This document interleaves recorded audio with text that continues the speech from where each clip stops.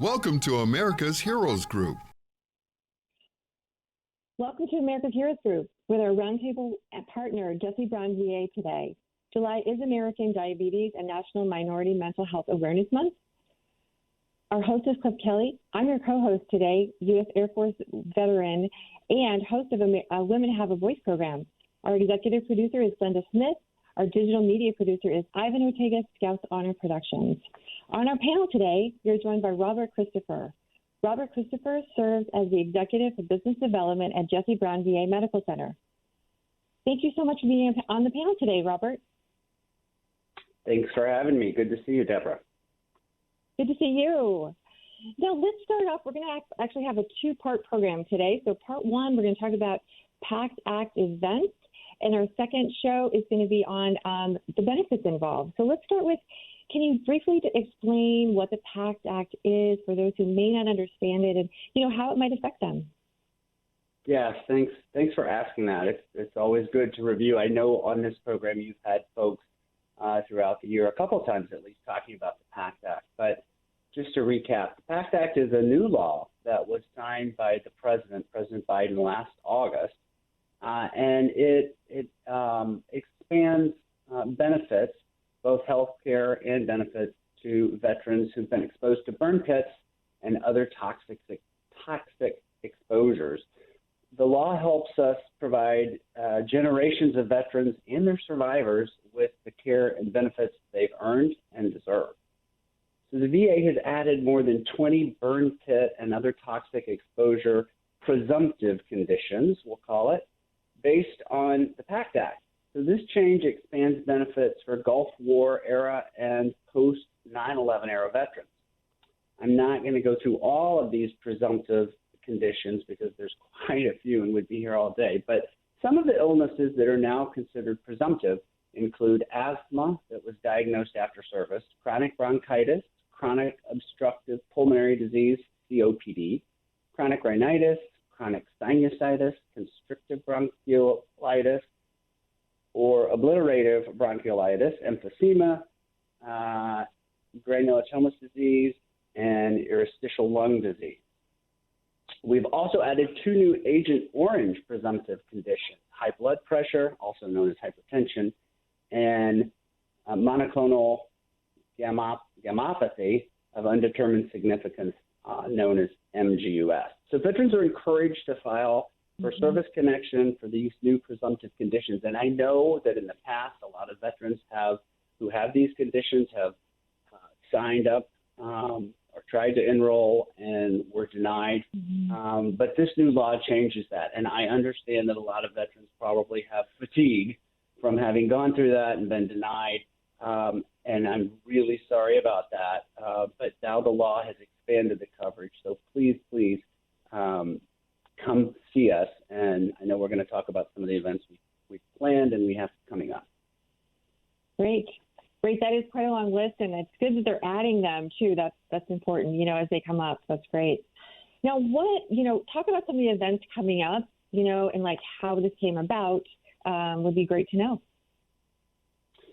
Sure. So this, when the law was signed in August, we spent a lot of time planning around how to get the word out, because in August it made the news. But then, September, October, November, people may not have seen the news in August, never heard about it or forgot about it. So we spent a lot of time informing our veteran constituencies here in the Chicagoland area and in Northwest Indiana about the PACT Act. And then we held our first event in December at the Jesse Brown main campus. We had another one at our Auburn Gresham CBOC on the south side in March. And then we had another one last month at Jesse Brown main campus, and one at our CBOC in Crown Point, ABJ, Adam Benjamin Jr. Clinic in Crown Point, Indiana. And we have one coming up this month on July 29th at our outpatient clinic in Chicago Heights. That will be July 29th from 9 a.m. to 3 p.m. And at this event, veterans will have an opportunity to enroll for VA health care. They'll have an opportunity to get screened for toxic exposures. And they'll also also have an opportunity to file PACT Act-related claims with representatives from the Veterans Benefits Administration. I know you're going to be talking about that in your next segment. So this is a great opportunity for veterans to learn more about their benefits by coming to one of these events. I think that's great that they're able to do it right there, at the event, right? They can just do everything. The testing, right. enroll. Yep. And that's why, the old expression, bring the mountain to Muhammad. So we didn't expect all the veterans, particularly those who live distances away from our medical center, which is in the heart of the city. And it's not easy to get to if you live a long way away or in Northwest Indiana. We decided we needed to come to where the veterans are. Unfortunately, we have a lot of community-based outpatient clinics in parts of the city as well as suburbs and in Northwest Indiana. So we've been making every effort to do that. So the event we have planned in July, I mentioned, we are looking at additional events in August and September. Those haven't happened yet. But if there are people who are out there listening in your audience who don't live in any of the areas I mentioned, please give me a call or give us a call at Jesse Brown if you've got some ideas where you'd like us to look at them. Great. Now, you mentioned a lot of events in Chicago. Are there going to be events like any other locations, or is this a national campaign that's going to be taking place? Yeah, this is a national campaign happening all over the country, and I know you have people listening in your audience who are from other, who are not in the Chicagoland area. So my suggestion would be call your local VA medical center and ask, or your Veterans Regional Office for the VBA, and ask about if there are any PACT Act events planned, or how they can learn more about their benefits as a result of the PACT Act. Great. What do you feel triggered this sudden, I know the information came out, last year, but as far as what do you think triggered the need for these type of events in all, nationally? I think I think the answer to that question is twofold. First of all, as I mentioned earlier, just continuing to get the word out about it, because perhaps some people weren't reading the newspapers or watching the TV or listening to the radio the day the president signed it, so they may not even know. But also, it's an opportunity for veterans who are not currently enrolled in VA or not currently receiving benefits from the VBA, who are entitled to them to get those benefits and to get the health care that they deserve, that they've earned. So we want to make sure, and we want to do everything we can, both locally and nationally, to ensure that veterans are aware of this. Absolutely. It's been a long time coming, I know, for this to happen. So this is great that it's here. You're going to have on-site, enrollment, testing, so that's going to really impact, the veterans getting involved and being able to take advantage of these benefits. That's great. Now, as far as being at the events, have you had any experiences, as you're talking to veterans and you're there, of just something that might have stood out to you as far as being at these events? Yeah. One lots of anecdotal stories to share, but one in particular that really touched me.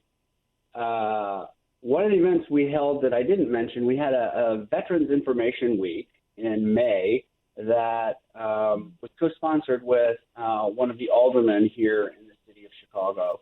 And it was all in the 15th Ward. And every day throughout that particular ward, the 15th Ward, we had a different event. And we included PACT Act information. So people could come and get information about the PACT Act. There were VBA representatives at these events in the 15th Ward. And I attended one of them in the Canaryville neighborhood on the southwest side. And a gentleman came in. He was a 90-year-old veteran. His daughter brought him in. He was sharp as a tack. He just couldn't hear very well. And he had been in Vietnam and exposed to Agent Orange, had previously filed claims that have been denied, but they felt that because of the information we had shared about the PACT Act, that he might have an opportunity. And indeed he did. And when when I was talking to his daughter, I said, well, doesn't he wear hearing aids? And she said, we can't afford hearing aids. Medicare doesn't cover them. I said, so he's not being seen in the VA. She said, no, he's not, but we just enrolled. And I said, well, I've got good news for you. His hearing aids will be covered, and he doesn't have to pay a cent. He's already paid that by his service to the country. And her response to me was, you've changed his life, and you've changed our life. And I said, you know what? It's the least I could do. It's the least we can do. So that was one of the stories that, and there are hundreds, probably thousands of them across the country, people finding out not only about their PACT Act benefits, but other things as a result of that. Yes. And I hear that story all the time where veterans are like, I'm not going to do, I'm 70. Why should I even try for benefits? They just kind of give up on the fact that they could possibly have benefits. And that's like a perfect example of someone who, 90-year-old, realizing that he qualifies for benefits. And right. You can't hear that affects your quality of life, right? You can't have conversations, and that's just really tough. So that's great. Love that story. Now, what do you feel is? Go ahead. I was going to say the other thing was because of his past experience in filing claims and having been denied, he thought that he wasn't therefore entitled to health care through the VA, and actually for other reasons he would have been all along. So we have to do a better job. That's not his fault. That's our fault for not explaining. Just because you're denied a certain benefit in one area doesn't mean you necessarily don't have the health care benefit. So it's so complex, and the rules are complicated and changing, and it's up to us to make sure that veterans aren't confused about that. Absolutely. So education, knowledge is power, right? We get the knowledge out there, like these events are going to help people find out that they could qualify for the PACT Act, benefits or other benefits. So that's great. What do you feel the response? It sounds like positive from your story, but what do you feel the community and veterans in general have had? What has there been with their response to these many events that you've been having? We've had great turnout at all these events. At all of them, at our first event, for example, we had about 50 people register in advance. We took walk-ins. We had twice the number who registered actually show up. So, and you don't have to register to attend these events. We encourage that, but you don't have to. We will see walk-ins. And that's pretty much been the way all along at all of the events we've held. We've had more people show up than register. Turnout's been really good.